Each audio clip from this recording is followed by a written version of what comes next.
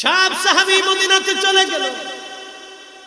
প্রিয় নবীজি সবার শেষে তিনি ঢুকতেছিলেন, দেখে আব্দুল্লাহ বাবার গলার মধ্যে তলোয়ার চেপে ধরে রাখছে।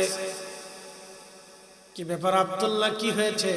বলি ইয়া রাসূলুল্লাহ, আমার বাবা ঘোষণা দিয়েছে মদিনার থেকে মুহাজিরদেরকে তাড়িয়ে দেবে। হুজুর আপনি নিজেও মুহাজির, আপনি সুলতানে মদিনা। ইয়া রাসূলুল্লাহ, এই মদিনাতে আপনার অনুমতি ছাড়া কেউ ঢুকতেও পারবে না, বেরো হতে পারবে না। আমার বাবার গলার মধ্যে তলোয়ার চেপে ধরেছি, অনুমতি যদি দেন বাবা ঢুকবে, অনুমতি যদি না দেন আমি আমার নিজের হাতে বাবাকে আজকে এখানে জবাই দেব। আস্তে হলো কেন? জোরে বলেন, জোরে বলেন। সাহাবী রাসূল প্রেম দেখে যান। সাহাবী বাবার গলার মধ্যে তলোয়ার চেপে ধরছে, বাপের পরিচয় আজকে হবে না। রাসূলের ইজ্জতের দিকে তাকায় সাহাবী ক্ষিপ্ত হয়ে গেছে। নবীজি বলেন, আব্দুল্লাহ রে, তলোয়ার তুমি নামিয়ে ফেলো। আমি যদি হত্যা করার অনুমতি দেই তাহলে মানুষ বলবে মুহাম্মদ আমিন নিজের সাহাবীদেরকে হত্যা করে। রে আব্দুল্লাহ চলে যাও। হযরত আব্দুল্লাহ রওনা দিলেন। আব্দুল্লাহ ইবনে উবাই চলে গেলেন। হযরত আব্দুল্লাহ নবীজির সাথে সাথে আসে, বলে হুজুর হয়তো আমার বাবার বিরুদ্ধে কোন আয়াত নাযিল হতে পারে। ইয়া রাসূলুল্লাহ, আমার আব্বার জন্য কোন ফয়সালা আসমান থেকে আসতে পারে। যদি বাবার বিরুদ্ধে কোরআনের কোন বিধান চলে আসে আর বাবাকে হত্যা করার অনুমতি যদি রবের পক্ষ থেকে আসে, নবীজি দুনিয়ার অন্য কাউকে দিয়ে আমার বাবাকে হত্যা করাবেন না। কারণ অন্য কেউ যদি আমার বাবাকে হত্যা করে জবাই দিব, কারণ সে আপনার সাথে দুশমনি করেছে। একসাথে ধরে বলবেন কি ইয়া রাসূলুল্লাহ। ওয়ালিল্লাহিল ইজ্জাতু ওয়ালি রাসূলিহি ওয়ালিল মুমিনিনা ওয়ালাকিন্নাল মুনাফিকিনা লা ইয়ালামুন।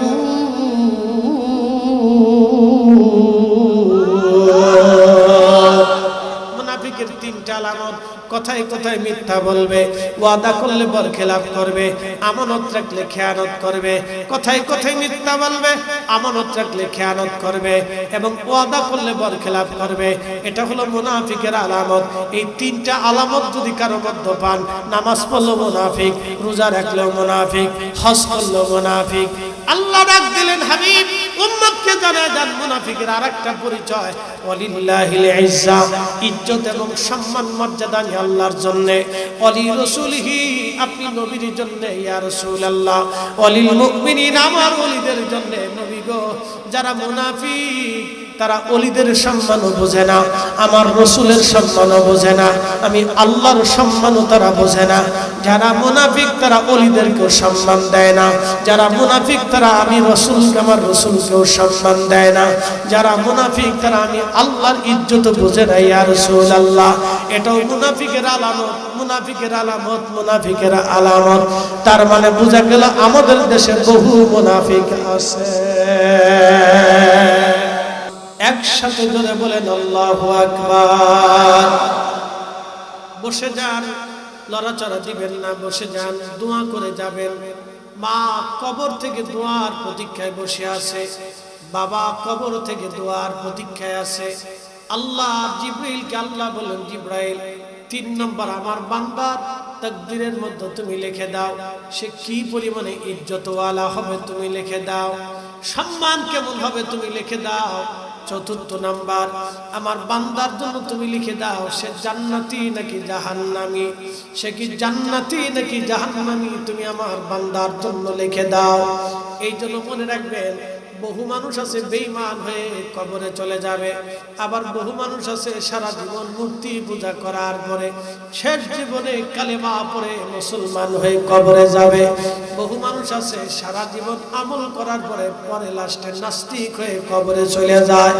আবার এমনও আছে সারা জীবন সুন্নি থাকার পরে লাস্টে নজদি হইয়া বাতিল হইয়া তারপরে কবরে চলে যায়।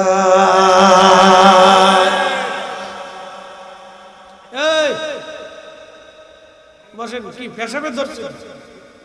বেশি তো রাত কেবল 12:30 বাজতেছে। আলোচনা 101 ঘন্টা হয়েছে। শোনেন, এই উচিত কথা মানুষ শুনতে চায় না, কারণ উচিত কথা গাঢ় করে এসে পড়ে। তো এটাই অনেক আছে যারা বনের জমি বুঝাই দেয় নাই, বনের জমি মেরে খেয়ে দিয়েছে।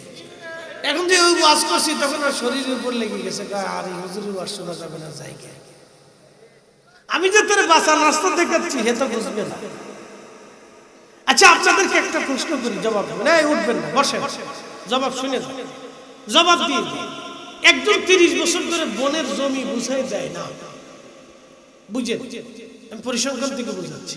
30 বছর ধরে বনের জমি বুঝাই, বনটা এসে ভাই দিবি নে পরে নিস, কদ্দুর খাওয়াই তো মুরগি টুরগি মাইরে খাওয়াই তো একটা কাপড় কিনে যা পরে নিস। বনে চিন্তা করে বাপ মরে গেছে, মা মরে গেছে, আমার এই ভাই ছাড়া তার কেউ নাই। তো আমি যদি এখন সালিশ ডাকি, তাহলে ভাই আর কোনোদিনও তোর দরজা আমার জন্য খুলবে না, ভাইটা আমার জন্য দরজা খুলবে না, ওর বাড়িতে আমার আর জায়গা দেবে না। তা আমি ভাই ছাড়া কোথায় আসবো, আমার তো আর কোথাও জায়গা যায়। তো বনে চিন্তা করে ভাইয়ের বিরুদ্ধে মামলা করে, এই সুযোগ বুঝে ভাই কিন্তু 30 বছর জমি দেয় না। আচ্ছা বলেন, আমার দিকে তাকা, 30 বছর তো জমি দেয় না, 30 বছর ধরে ওই জমির ফসল অর্থ সে খাচ্ছে। এখন বলেন আমাকে তার নামাজের হালত কি বলে? 30 বছর ধরে তার নামাজের কি অবস্থা আমাকে বলে? 30 বছর ধরে তার রোজার অবস্থা কি বলে? আর যদি হজে যায় তাহলে হজের অবস্থা কি আমার একটু বলে? বলেন আমাকে, বলেন, বুঝাই দেয় আছে কিছু? তো 30 বছর ধরে যে সে আল্লাহর সেজদা দিল, কিসের সেজদা দিল?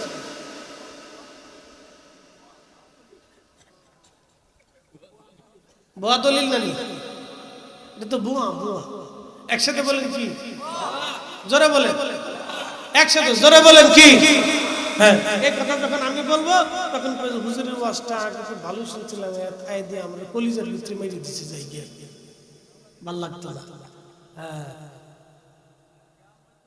উচিত কোথায় নয় বাজার, গরম বাতি বিলাই বাজার, ডাল বাতে কুটুম বাজার। ওয়াজ করলে কি লাভ, শুনলে কি লাভ? লাভ হবে তার আমলে, আমলেও লাভ হবে না নবী প্রেম না থাকলে দিলে। নবী প্রেম থাকলে দিলে লাভ হবে কম, আমলে সুপারিশ করবে নবী রোজা হাসরের ময়দানে। জ্ঞানী যারা বুঝে তারা শুধু ইশারায়, নাদানের বুঝাইতে পারে আছে কে কোথায়। জ্ঞানীর মতো জ্ঞানী হলে অল্প কথাই বুঝে, কচুর মতো কচু হলে অল্প জালে সিজে। বন্ধু খুব মনোযোগ দিয়ে শুনে যাবেন। আমাদের দেশে আর এক দল ভাইরা বলে রসুলের আব্বা আম্মা কাফের ছিল, তারা জাহান্নামে চলে গেছে। যারা 8 টাকার তারাবি বানানোর জন্য উঠে পড়ে লাগছে, ওরা বলে নবীর আব্বা আম্মা কাফের ছিল। আচ্ছা আপনারা বলেন তো, নবীজির আব্বা আম্মারে কাফের বানাইয়া কেউ যদি জান্নাত তালাশ করে, তাহলে তার জান্নাতের অবস্থা কি হবে? জোরে বলেন, আরো জোরে। তাই যদি হয়ে থাকে তাহলে আপনাকে বুঝতে হবে আহলে সুন্নাত ওয়াল জামাত ছাড়া আর কোন রাস্তা। জোরে বলেন, আরো জোরে। জোর হয় না কেন? মাকালের ফল দেখতে ভালো, উপরে লাল নীল ভিতরে কালো। মাকাল ফল দেখছেন আপনারা? দেখছেন? ও চাচা দেখবে মুরব্বি, ভিতরে টিকের কালার, বাইরে কিন্তু খুব সুন্দর দেখা যায়, চকচক চকচক করে, দেখতে আপেলের মতো দেখা যায়। মাকালের ফল দেখতে ভালো, উপরে লাল নীল ভিতরে কালো। ওরে সারা জীবন এমনি গেল, খাইতে আমরা পারলাম না। যার ভিতরে নাই রাসূলের প্রেম, তার সাথে ভাব রাখো না। হিসাব কি কঠিন না সহজ? আরো জোরে বলেন। হিসাব কিন্তু একবারে সহজ, হিসাব বড় সহজ, হিসাব বড় সহজ। আমার বাপও যদি রসুলের ইজ্জতের চাদর ধরে বাপ মানব না, মাও যদি ধরে মাও মানব না, শ্বশুর যদি ধরে তাও মানব না, সন্তান যদি ধরে তাহলে সন্তানও মানব না। সন্তানের পরিচয় হবে না, বাবার পরিচয় আমরা দেব না। রসুলের একজন সাহাবীর নাম ছিল আব্দুল্লাহ বিন আব্দুল্লাহ ইবনে উবাই।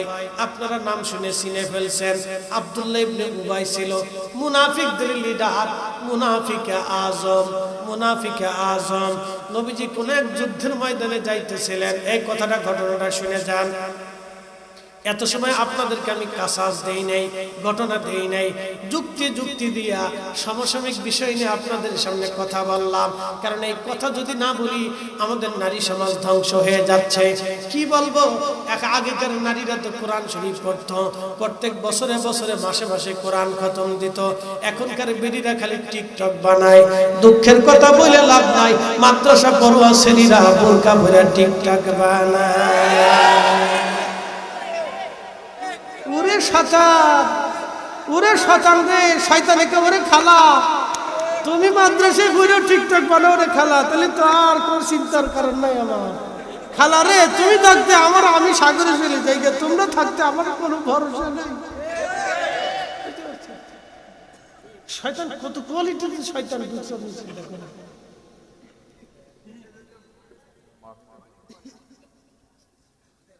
বেটিরা আসেনি না, মহিলার কি আওয়াজ শুনতেছে? আমি তো ভাবছিলাম বেটিরা মানে মরে গেছে।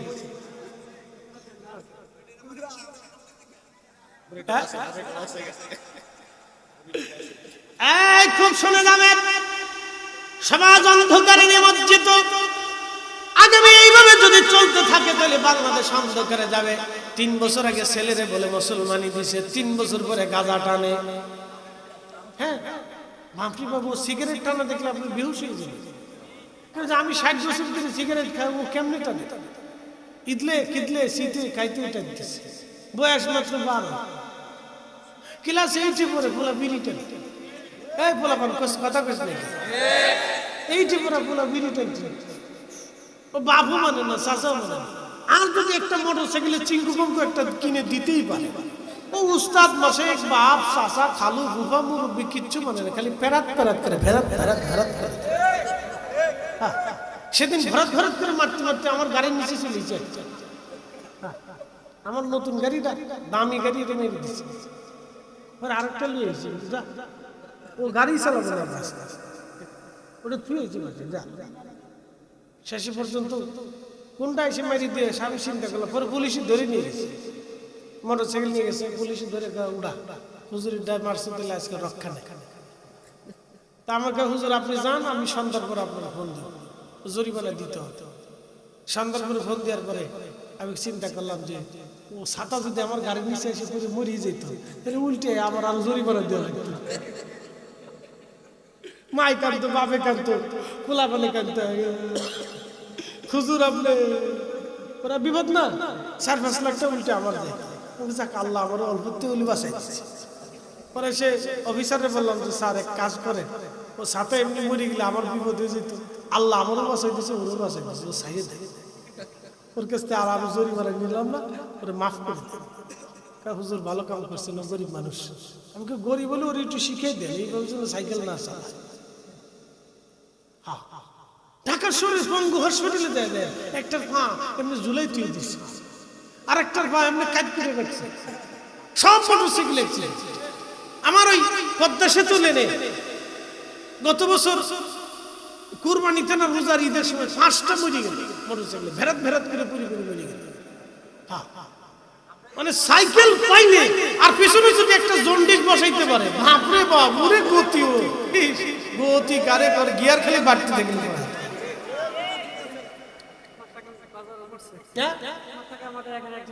একজন মারা গেছে। আপনাদেরকে বলি মুরব্বীরা, পোলাপানে যদি সাইকেল চায় জুতা দিয়ে বাইরে বের, তারপর সাইকেল দেবেন না। কি কথা খারাপ গেছে ভাই? পোলা আদর রয়েছে তাতে কি, পোলা অত সমান দেখবো না। আমার বাপ ছোট গেলে আমার এত একটা ফ্যান দিয়ে রামদা দিয়ে দাপড় দিয়েছিল, মাদ্রাসায় যাবি না তো 14 পুরুষ মাদ্রাসায় যাবে। এক দাপড়ে আমি মাদ্রাসায় ঢুকছি, আর জীবন মাদ্রাসার থেকে বেরিয়েছি। এই যে হুজুর হয়েছে, এত বড় একটা রামদা দিয়ে দাপড় দিয়েছিল, বুঝতে পারছো? এত আদর দিন না, বাচ্চা কাচ্চা বেশি আদর দিলেও শেষ। বেশি পিড়িতে কিন্তু বউ বলা।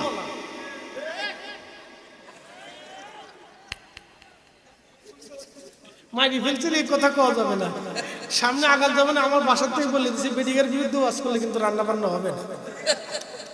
আমি আবার বসি না, চিন্তা কোনো কারণ আমি ডাইরেক্ট বলবেন না, একটু আসে ইশারা ইঙ্গিতে একটু তো বলা লাগে। খুব মারাত্মক জাতি, খুব মারাত্মক।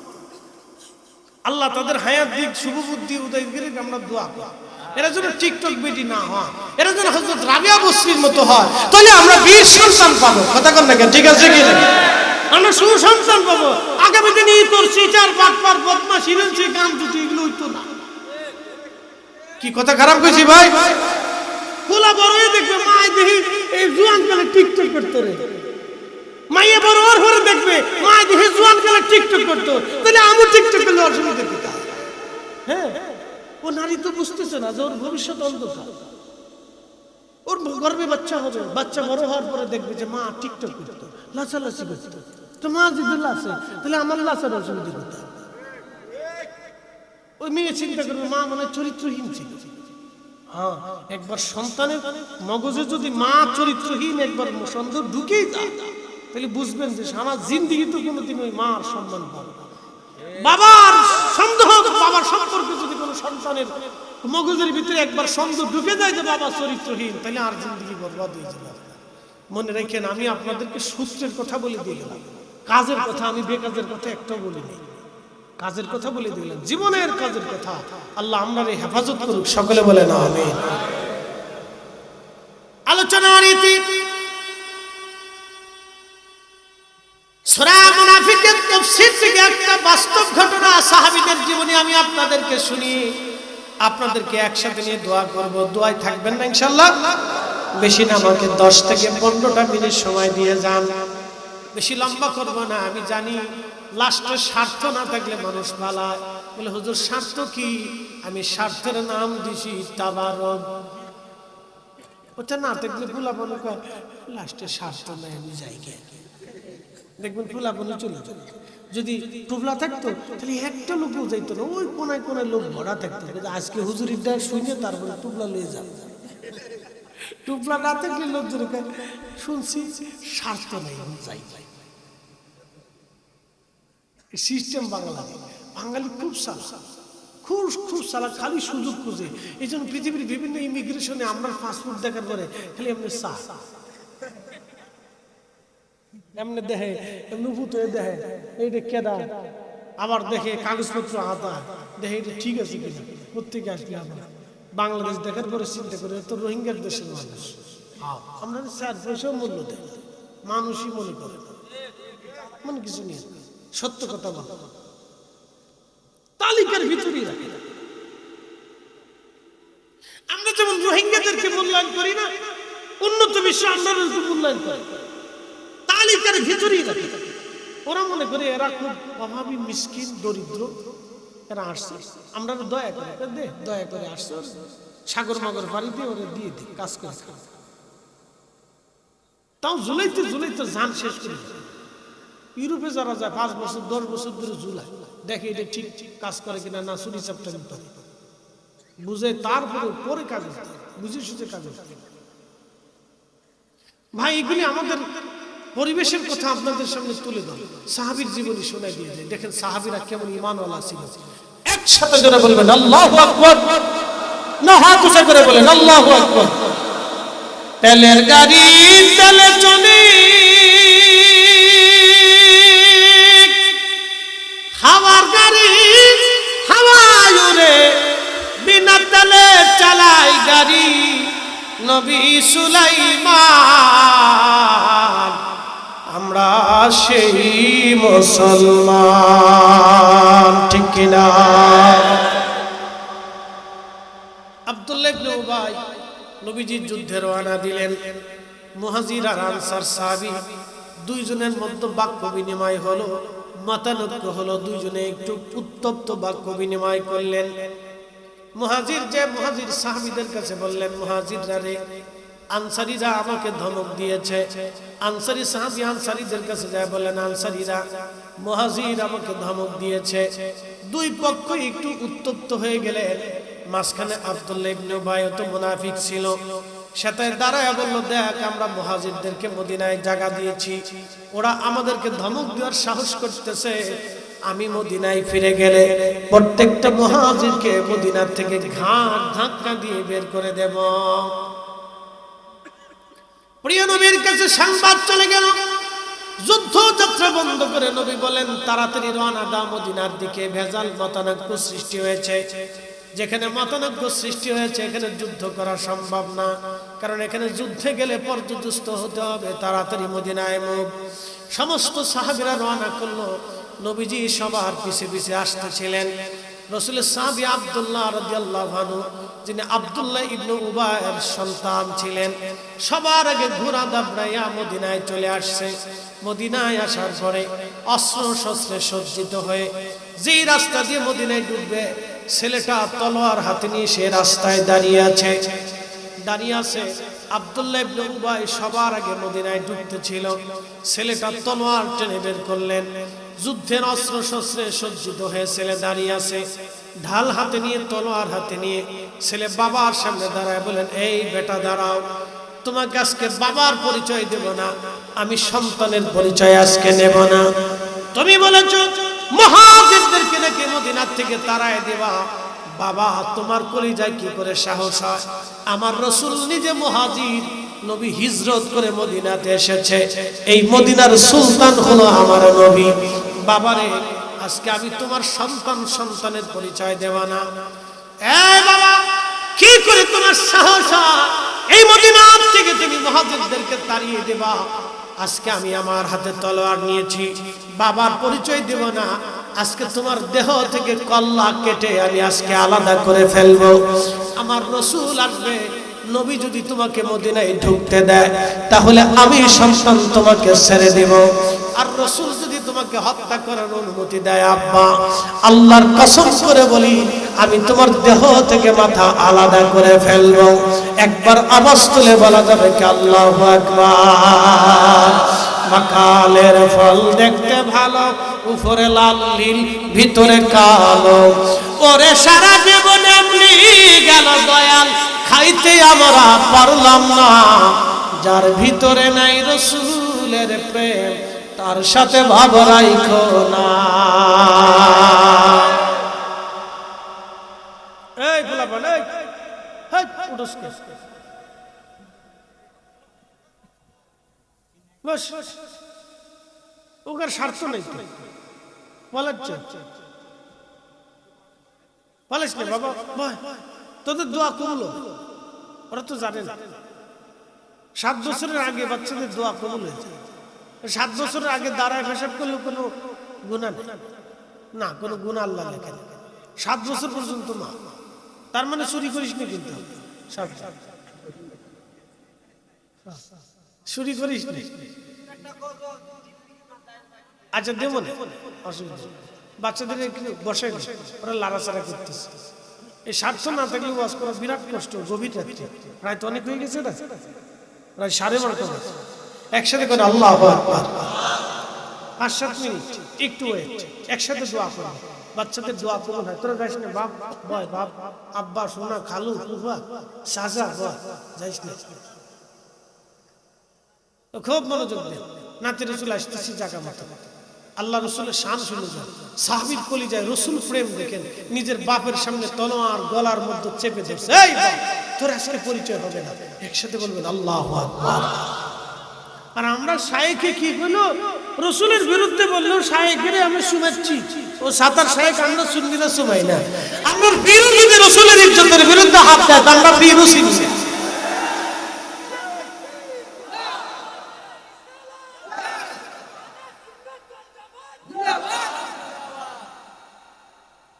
ছেলে বাবার গলার সামনে তলোয়ার চেপে দেয়, চাইবা তোর পরিচয় আজকে হবে, দেহ থেকে মাথা আলাদা করে ফেলবো। তোর সাহস কি করে হয় মদিনা থেকে মুহাজিরদেরকে তাড়িয়ে দিবি? আমার রাসূল মুহাজির। ছেলে রুদ্র মূর্তি দেখে আব্দুল্লাহ ইবনে উবাই ঠাস হয়ে দাঁড়িয়ে আছে, কোনো কথা বলতেছে না। যুদ্ধ করলে তো ছেলের সাথে যুদ্ধ করতে হবে বাপে। সব সাহাবী মদিনাতে চলে গেল। প্রিয় নবীজি সবার শেষে তিনি ঢুকতেছিলেন, দেখে আব্দুল্লাহ বাবার গলার মধ্যে তলোয়ার চেপে ধরে রাখছে। কি ব্যাপার আব্দুল্লাহ, কি হয়েছে? বলি ইয়া রাসূলুল্লাহ, আমার বাবা ঘোষণা দিয়েছে মদিনা থেকে মুহাজিরদেরকে তাড়িয়ে দেবে। হুজুর আপনি নিজেও মুহাজির, আপনি সুলতানে মদিনা। ইয়া রাসূলুল্লাহ, এই মদিনাতে আপনার অনুমতি ছাড়া কেউ ঢুকতেও পারবে না, বের হতে পারবে না। আমার বাবার গলার মধ্যে তলোয়ার চেপে ধরেছি, অনুমতি যদি দেন বাবা ঢুকবে, অনুমতি যদি না দেন আমি আমার নিজের হাতে বাবাকে আজকে এখানে জবাই দেব। আসতে হলো কেন? জোরে বলেন, জোরে বলেন। সাহাবী রাসূল প্রেম দেখে যান। সাহাবী বাবার গলার মধ্যে তলোয়ার চেপে ধরছে, বাপের পরিচয় আজকে হবে না। রাসূলের ইজ্জতের দিকে তাকায় সাহাবী ক্ষিপ্ত হয়ে গেছে। নবীজি বলেন, আব্দুল্লাহ রে, তলোয়ার তুমি নামিয়ে ফেলো। আমি যদি হত্যা করার অনুমতি দেই তাহলে মানুষ বলবে মুহাম্মদ আমিন নিজের সাহাবীদেরকে হত্যা করে। রে আব্দুল্লাহ চলে যাও। হযরত আব্দুল্লাহ রওনা দিলেন। আব্দুল্লাহ ইবনে উবাই চলে গেলেন।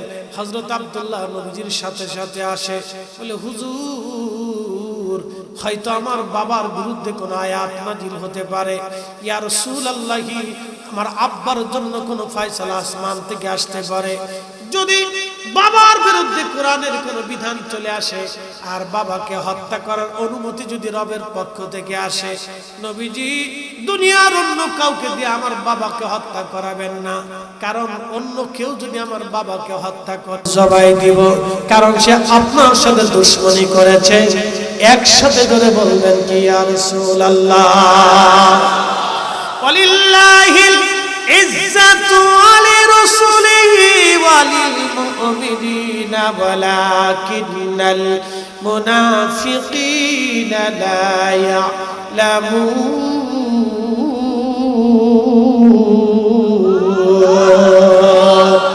মুনাফিকের তিনটা আলামত: কথায় কথায় মিথ্যা বলবে, ওয়াদা করলে বরখেলাপ করবে, আমানত রাখলে খেয়ানত করবে।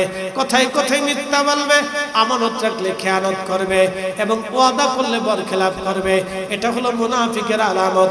এই তিনটা আলামত যদি কারো মধ্যে পান, নামাজ পড়লেও মুনাফিক, রোজা রাখলেও মুনাফিক, হজ করলেও মুনাফিক। আল্লাহ ডাক দিলেন, হাবিব উম্মতকে জানায় দেন মুনাফিকের আরেকটা পরিচয়, ওয়ালিল্লাহিল ইজ্জা, ইজ্জত এবং সম্মান মর্যাদা আল্লাহর জন্য, ওয়ালি রাসূলিহি, আপনি নবীর জন্য, ইয়া রাসূলুল্লাহ, ওয়ালিল মুমিনিন, আমার ওলিদের জন্য। নবী গো, যারা মুনাফিক তারা ওলিদের সম্মানও বোঝে না, আমার রাসূলের সম্মানও বোঝে না, আমি আল্লাহর সম্মানও তারা বোঝে না। যারা মুনাফিক তারা ওলিদেরকেও সম্মান দেয় না। যারা মুনাফিক তারা আমি রাসূলকে, আমার রাসূলকেও সম্মান দেয় না। যারা মুনাফিক তারা আমি আল্লাহর ইজ্জত বোঝে না। ইয়া রাসূলুল্লাহ, এটাও মুনাফিকের আলামত, মুনাফিকের আলামত, মুনাফিকের আলামত। তার মানে বোঝা গেল আমাদের দেশে বহু মুনাফিক আছে।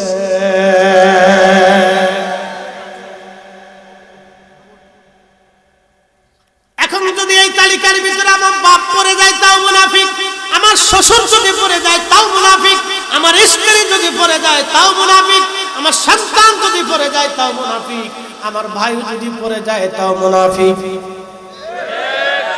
কোনো সন্দেহ নাই। আল্লাহ আমাদেরকে রাসূলের প্রেমে উজ্জীবিত হওয়ার তৌফিক দিক। আওয়াজ তুলে দোয়া করে জোরে বলেন আমিন। ও আদম রে, পাকে ধরিয়া গেছে দাড়ি, দন্ত আছে গোটা চারি, শবন জারি গিয়াছে করিয়ারে সোনার আদর, জিন্দেগি তোর যাই ফাঁকি দিয়া, জিন্দেগি তোর যাই রে ফাঁকি দিয়া রে সোনার আদর, জিন্দেগি তোর যাই ফাঁকি দিয়া। अरशों से ज्यादा मर्तबा वाला रोज़ा रसूलुल्लाह का, उनसी रोज़ा अनवर पर गुनाहगारों की लाखों सलाम या नबी सलाम अलैका या रसूल हसनतन व फिल आखिरति हसनतन व क़िना अज़ाबन नार ربنا لا تزغ قلوبنا بعد إذ هديتنا وهب لنا من لدنك رحمة إنك أنت الوهاب يا رب আজকের মাহফিল তোমার শাহানশাহী দরবারে কবুল করো আল্লাহ। আল্লাহ হাদিয়া অসংখ্য অগণিত গুনাহ বাড়াইয়া তোমার মেহবুবের খেদমতে মদিনাতুল মুনাওয়ারায় পৌঁছায় দাও আল্লাহ। প্রিয় নবীর আওলাদ আসহাবুন নবী আহলে বাইতুন নবী আশারে মুবাশশিরিন খুলাফায়ে রাশিদিন আল্লাহ দস্তে কারবালার ময়দানে শির উঁচু করে জালিমের সামনে মাথা নত না করে তৃষ্ণা নিয়ে ক্ষুধা নিয়ে যন্ত্রণা নিয়ে আহলে বাইত রাসূলগণ ঘুমিয়ে আছেন আল্লাহ। তিনাদের খেদমতে আজকের মাহফিলের হাদিয়া পৌঁছায় দাও আল্লাহ। রব্বুল আলামিন আল্লাহ তামাম দুনিয়াতে কত মুসলমান নির্যাতিত নিপীড়িত হয়ে শাহাদাতের সুদা পানে ঘুমিয়ে গেছে আল্লাহ। সকল শহীদদের খেদমতে মাহফিলের হাদিয়া পৌঁছায় দাও আল্লাহ। কাদরিয়া চিশতিয়া নকশবন্দিয়া মুজাদ্দিদিয়া হানাফি শাফিঈ মালিকি হাম্বলি যেই জমিনে আজকে এত সুন্দর করে ওয়াজ করলাম, যাদের কারণে কালেমা আজকে পেলাম, সুলতানে আউলিয়া হযরত শাহজালালী আমানি মুজাদ্দিদি 360 জন ওলি শহীদ ভূখণ্ডের মাটির নিচে যত ওলিরা ঘুমায় আমার পীর মুর্শিদ আমার হুজুর কেবলা সহ আল্লাহ সকল ওলিদের খেদমতে মাহফিলের হাদিয়া পৌঁছায় দাও আল্লাহ। সব হাদিয়া পৌঁছাও বাবার কুল মায়ের কুল যারা কবর দেশে ঘুমাইলো আল্লাহ জানি না কবরে তারা কেমন আছে, কে জানি মায়ের কথা মনে করে আগামী বছরের জন্য মাহফিলে শরীক হয়ে গেছে আল্লাহ। কে জানি বাবার কথা মনে করে আগামী মাহফিলের নিয়ত করলে এই বছর দিয়ে রাখছে আল্লাহ। বাবা মার কবরগুলি জান্নাতের বাগান বানায়া দাও রব্বুল আলামিন।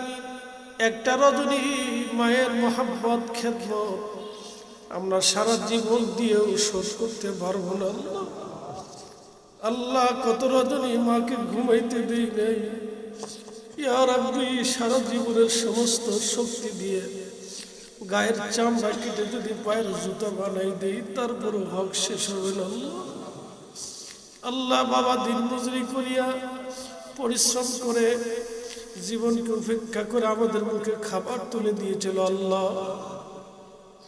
আল্লাহ গায়ের চামড়া কেটে যদি পাপস বানাই দেই কোনোদিন ঋণ শোধ হবে না আল্লাহ। তুমি মনিবের আসমানে আমরা ভিখারি হাত বাড়াইছি, আমাদের বাবা মার কবরগুলি জান্নাতের বাগান বানায়া দাও আল্লাহ।